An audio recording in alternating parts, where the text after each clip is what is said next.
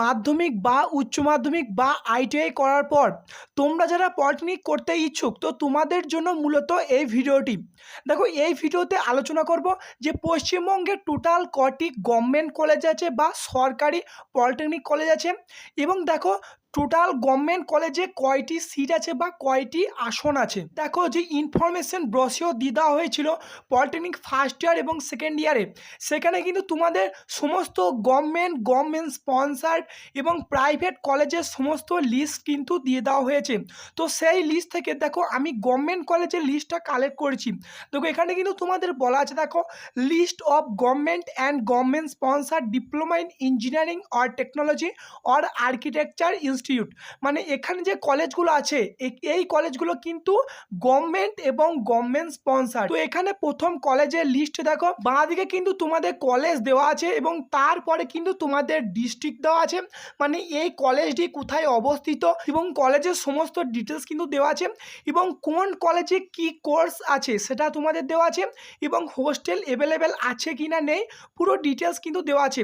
তো এই গভর্নমেন্ট কলেজের লিস্ট দেখো নিচে ডেসক্রিপশনে চেক করবে, আমি কিন্তু লিঙ্ক দিয়ে দিচ্ছি, ওখান থেকে তোমরা কিন্তু এটা ডাউনলোড করে টোটালটা দেখতে পেয়ে যাবে। তো তাহলে তোমাদের মেন টপিক আসা যাক, যে তোমাদের তাহলে ওয়েস্ট বেঙ্গলের টোটাল কটা গভর্নমেন্ট পলিটেকনিক কলেজ আছে। তো তোমাদের যে ইনফরমেশন ব্রোশিওর দিয়ে দেওয়া হয়েছে সেখানে কিন্তু টোটাল গভর্নমেন্ট এবং গভর্নমেন্ট স্পন্সার মিলে কিন্তু টোটাল 81টা কলেজের কিন্তু লিস্ট দেওয়া আছে। শুধু তাই নয়, তোমরা যখন চয়েস ফিলিং করবে বা কলেজ সাজাবে, তোমরা কিন্তু গভর্নমেন্টের ক্ষেত্রে যখন অ্যাপ্লাই করবে তোমরা কিন্তু এই কলেজগুলো পাবে, এবং এই 81টা কলেজের মধ্যে 78টা কলেজ কিন্তু গভর্নমেন্ট এবং 3টে কলেজ কিন্তু গভর্নমেন্ট স্পন্সার্ড। তো তোমরা অনেকে কোশ্চেন করবে যে গভর্নমেন্ট স্পন্সার জিনিসটা কি।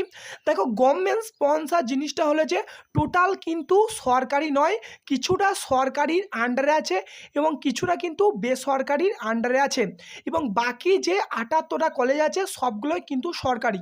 তো তাহলে দেখো যে গভর্নমেন্ট স্পন্সার বা হাফ সরকারি এবং হাফ বেসরকারি কোন কলেজগুলো, যে তোমাদের 3টে কলেজ বললাম, দেখো তার মধ্যে 1 নম্বর লিস্টে আছে আদ্যাপীঠ আনন্দা পলিটেকনিক কলেজ, এটা কিন্তু একটি গভর্নমেন্ট স্পন্সার। এবং নেক্সট দেখো 5 নম্বর লিস্টে যেটা আছে রামকৃষ্ণ মিশন শিল্পপীঠ গভর্নমেন্ট স্পন্সার, এই কলেজে কিন্তু অনলি ফর বয়েজ, মানে ছাত্ররাই কিন্তু অ্যাডমিশন নিতে পারবে। এবং নেক্সট দেখো যে গভর্নমেন্ট স্পন্সার্ড ইনস্টিটিউটটা আছে, দেখো 23 নম্বর লিস্টে বেঙ্গল ইনস্টিটিউট অফ টেকনোলজি, এটি কিন্তু একটি গভর্নমেন্ট স্পন্সার। ঠিক আছে, তো তাহলে তোমাদের এই 81টা লিস্টে এই 3টে কিন্তু গভর্নমেন্ট স্পন্সার, এবং বাকি যে 78টা আছে সেগুলো কিন্তু টোটালি পুরো গভর্নমেন্টের আন্ডারে। তো তাহলে তোমাদের যাদের এই কোশ্চেনটা ছিল যে ওয়েস্ট বেঙ্গলে টোটাল কটা গভর্নমেন্ট কলেজ আছে, তোমরা কিন্তু এই অ্যান্সারটা পেয়ে গেলে। এরপর দেখো নেক্সট টপিক আসা যাক। দেখো, সরকারি পলিটেকনিক কলেজে মোট কতগুলি সিট থাকে। তো এটা কিন্তু তোমাদের অনেকেরই কোশ্চেন, কারণ দেখো তুমি যখন ফর্ম ফিল আপ করছো এবং চয়েস ফিলিং করবে, তোমাদের অনেকের টেনশন থাকবে যে এই র্যাঙ্কে আমরা এই কলেজ পাবো কি পাবো না। তো তোমাদের জন্য কিন্তু এটি খুবই গুরুত্বপূর্ণ। দেখো, এটি কিন্তু দুভাগে ভাগ করে নিয়েছি। দেখো, পলিটেকনিক ফার্স্ট ইয়ার মানে জেক্সপো, এবং তোমরা যদি অ্যাডমিশন নেবে পলিটেকনিক সেকেন্ড ইয়ার মানে ভোগলে। ঠিক আছে, তো ফার্স্ট আসছি জেক্সপো মানে পলিটেকনিক ফার্স্ট ইয়ার, দেন তারপর কিন্তু আমরা পলিটেকনিক সেকেন্ড ইয়ারের ক্ষেত্রে চলে যাব। তো প্রথমে দেখো আমি তোমাদেরকে আগেই বললাম যে গভর্নমেন্ট পলিটেকনিক কলেজ আছে কিন্তু 78টা।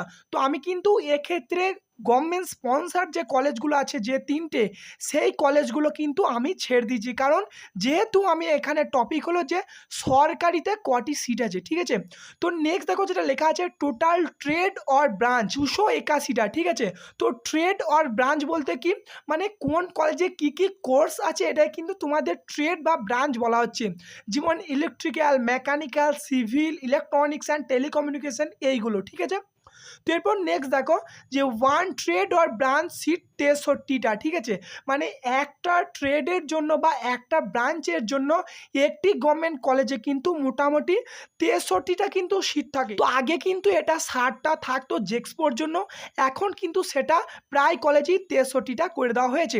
তো এরপর নেক্সট দেখো টোটাল সিট, তাহলে তোমাদের এখানে কিন্তু টোটাল ট্রেড ছিল 281টা এবং এক একটা ট্রেডে 63টা। তো দেখো 281 ইন্টু কিন্তু 63। তাহলে কিন্তু তোমাদের দেখো টোটাল গভর্নমেন্ট কলেজের সিট 17,703টে। তো তোমাদের অনেকেরই কোশ্চেন থাকবে, তাহলে আমার যদি 20,000 22,000 র্যাঙ্ক হয় তাহলে আমি কি গভর্নমেন্ট কলেজ পাবো না? দেখো তোমরাও কিন্তু গভর্নমেন্ট কলেজ পেতে পারো। তার জন্য দেখো তোমাদের কিন্তু চয়েস ফিলিংটা সঠিকভাবে করতে হবে। তোমাদের মোস্ট ইম্পর্টেন্ট হলো চয়েস ফিলিং। চয়েস ফিলিং যে যত ভালোভাবে করবে তার গভর্নমেন্ট কলেজ পাওয়ার চান্স কিন্তু তত বেড়ে যাবে, ঠিক আছে? এবং অনেকে আছে তারা কিন্তু কম র্যাঙ্কেও গভর্নমেন্ট কলেজ পায় না চয়েস ফিলিংয়ের জন্য, ঠিক আছে? তো choice filling most important. Choice filling কিন্তু ভালোভাবে করতে হবে। তো যখন তোমাদের চয়েস ফিলিং স্টার্ট হবে বা কাউন্সিলিং স্টার্ট হবে আমি কিন্তু ভিডিও বানিয়ে দেবো। তাহলে দেখো জেক্সপোর ক্ষেত্রে এটা চলে গেল। এরপর নেক্সট আসি পলিটেকনিক সেকেন্ড ইয়ার বা ফোগ্রেড। দেখো তোমাদেরও সেম গভর্নমেন্ট পলিটেকনিক কলেজ কিন্তু 78টা জেক্সপোর মতনই, ঠিক আছে? এরপর নেক্সট দেখো টোটাল ট্রেড আর ব্রাঞ্চ সেম 281টা।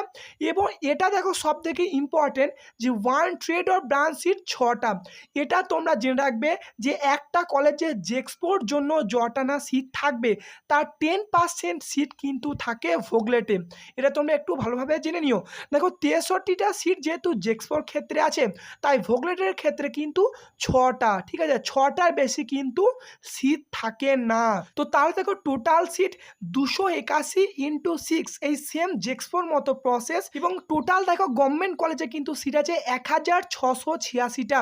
তো সেম তোমাদের জেক্সপোর মতো কোশ্চেন আসতে পারে যে আমি যদি 2000 2500 র্যাঙ্ক করি তাহলে কি পাবো না? দেখো তুমিও কিন্তু গভর্নমেন্ট কলেজ পাবে। তার জন্য মেন ইম্পর্টেন্ট হচ্ছে গিয়ে চয়েস ফিলিং। তোমাদের সমস্ত স্টুডেন্টদেরকে বলা হচ্ছে তোমরা চয়েস ফিলিং কিন্তু ভালোভাবে করবে এবং তোমাদেরকে এই চ্যানেলে যেমনভাবে গাইড করা হবে সেই গাইড কিন্তু তোমরা নেবে, তাহলে কিন্তু তোমরা গভর্নমেন্ট কলেজ পেয়ে যাবে। দেখো ভোগলেটের ক্ষেত্রে একটি ইম্পর্টেন্ট পয়েন্ট, ধরো জেক্সপো কোনো কলেজে 63টা ধরো সিট আছে, সেই বছর ধরো 63টা সিটের জায়গায় একটা ট্রেডে ধরো 60টা সিট ভর্তি হলো এবং 3টে ফিল আপ হলো না, সেটা কিন্তু নেক্সট ইয়ারে ভোগলেটের ক্ষেত্রে ট্রান্সফার হয়ে যায়, ঠিক আছে? মানে সেই ট্রেডের সেই 3টে সিট কিন্তু ভোগলেটে চলে যাবে। মানে সেই ট্রেডে কিন্তু টোটাল 9টা সিট হয়ে গেল। মানে ধরো ইলেকট্রিক্যালে 63টা সিট আছে একটি গভর্নমেন্ট কলেজে, ঠিক আছে? সেখানে ধরো 60টা ভর্তি হলো, 3টে ভর্তি হলো না। পরবর্তী ইয়ারে যেহেতু 6টা সিট আছে এবং সেই 3টে সিট এখানে অ্যাড হয়ে 9টা সিট হয়ে যাবে এবং এটা কিন্তু তোমাদের হবে স্পট কাউন্সিলিংয়ে, মেন কাউন্সিলিংয়ে কিন্তু হবে না। তাই দেখবে অনেক স্টুডেন্ট তোমরা দেখবে যে ভালো ভালো কলেজ কিন্তু মেন যে ফার্স্ট সেকেন্ড থার্ড কাউন্সিলিং হয় সেখানে পাই না, কিন্তু যখন স্পট কাউন্সিলিং স্টার্ট হয়ে যায় তখন কিন্তু অনেকে গভর্নমেন্ট কলেজ পেয়ে যায়। কারণ এই যে তোমাদের সিটটা, এই সিট এই ভোগলেটের ক্ষেত্রে অ্যাড হয় কিন্তু স্পট কাউন্সিলিংয়ে। তাই দেখো তোমরা যখন একটা গভর্নমেন্ট কলেজ পাবে না তোমরা কিন্তু কোনো টেনশন করবে না, তোমরা জাস্ট ওয়েট করবে স্পট কাউন্সিলিংয়ের জন্য। স্পট কাউন্সিলিং তোমাদের প্রতি বছরও হয় এবং কিন্তু এই বছরও হবে, কারণ অত কিন্তু গভর্নমেন্ট কলেজে সিট ভর্তি হয় না এবং আগের বছর কিন্তু ফর্ম ফিল আপ কম হয়েছিল, তাই আগের বছর কিন্তু প্রচুর সিট ছিল। তোমাদের র্যাঙ্ক যেমনই হোক না কেন তোমরা কিন্তু চেষ্টা রেখে যাবে। তো এক্ষেত্রে দেখো জেক্সপোর যে কম্পিটিশন হয় তার থেকে ভোগলেটে কিন্তু কম্পিটিশন খুবই হাই হয়, কারণ দেখো জেক্সপোর সিটটা একটু বেশি থাকে এবং ভোগলেটের সিটটা কিন্তু অনেকটাই কম থাকে, ঠিক আছে?